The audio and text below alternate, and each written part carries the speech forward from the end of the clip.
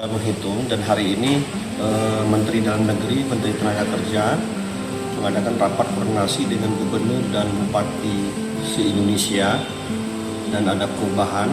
Kalau kemarin kita tanggal 21 November harus mengumumkan UMP tingkat provinsi dan itu ditunda menjadi tanggal 28 November. Kemudian UMK itu semula tanggal 30 November ditunda menjadi tanggal 7 Desember diumumkan. Itu kenapa, Pak? Hari ini kita akan menghitung ulang karena ada peraturan baru yang menjadi pedoman atau dasar Dewan Pengupahan tingkat provinsi maupun tingkat kabupaten untuk penetapan upah UMP maupun MK di tingkat kabupaten.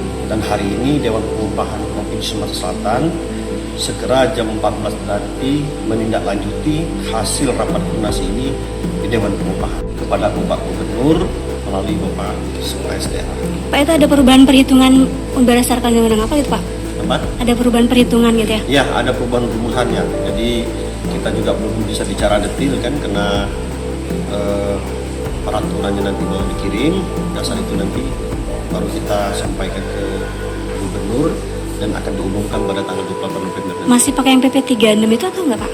Oh enggak, nanti ada peraturan baru dari Menteri Tenaga Kerja. Jadi mudah-mudahan keputusannya itu juga bisa membahagiakan para pekerja dan juga bisa tidak memberatkan para pengusaha kita. Ada kemungkinan berarti bisa naik dari hitungan awal, Pak? Nggak tahu saya.